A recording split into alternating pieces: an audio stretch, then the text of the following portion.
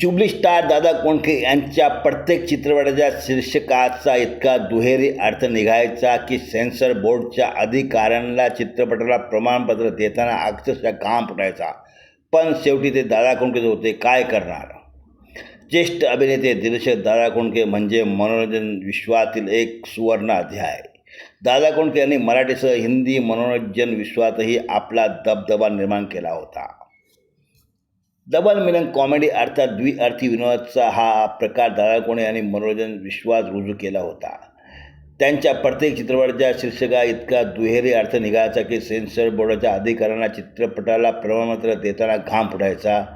पण शेवटी ते दादा कोंडके त्यांच्या युक्तिवादासमोर सगळेच हात टेकायचे. कधीही त्यांच्या चित्रपटाच्या प्रदर्शनावर बंदी घालण्याची वेळच आली नाही. सलग सर्वाधिक रौप्य महोत्सवी चित्रपट देण्याचा book world record Dada Kondke यांच्या नावावर आहे. त्यांचे एका पाठोपाठ एक आलेले 9 चित्रपट तब्बल 25 आठवडे थिएटरमध्ये चालले होते. त्यापैकी काहींनी तर 50 आठवड्यापर्यंत बॉक्स ऑफिस गाजवलं होतं. त्यांचा हा चित्रपट प्रवास खूपच रंजक होता. दादा कोंडके यांच्या चित्रपटातील शीर्षके आणि त्यातील संवादांना दुहेरी अर्थ असायचा. काही लोकांनी हा जॉनर मनापासून स्वीकारला असला तरी काहींना मात्र या संवादात अश्लीलता दिसायची. सेन्सर बोर्डानेही अनेक वेळा चित्रपटावर आक्षेप घेतला होता. मात्र दादांच्या विरोधात कोणीही आवाज उठवू शकले नाही.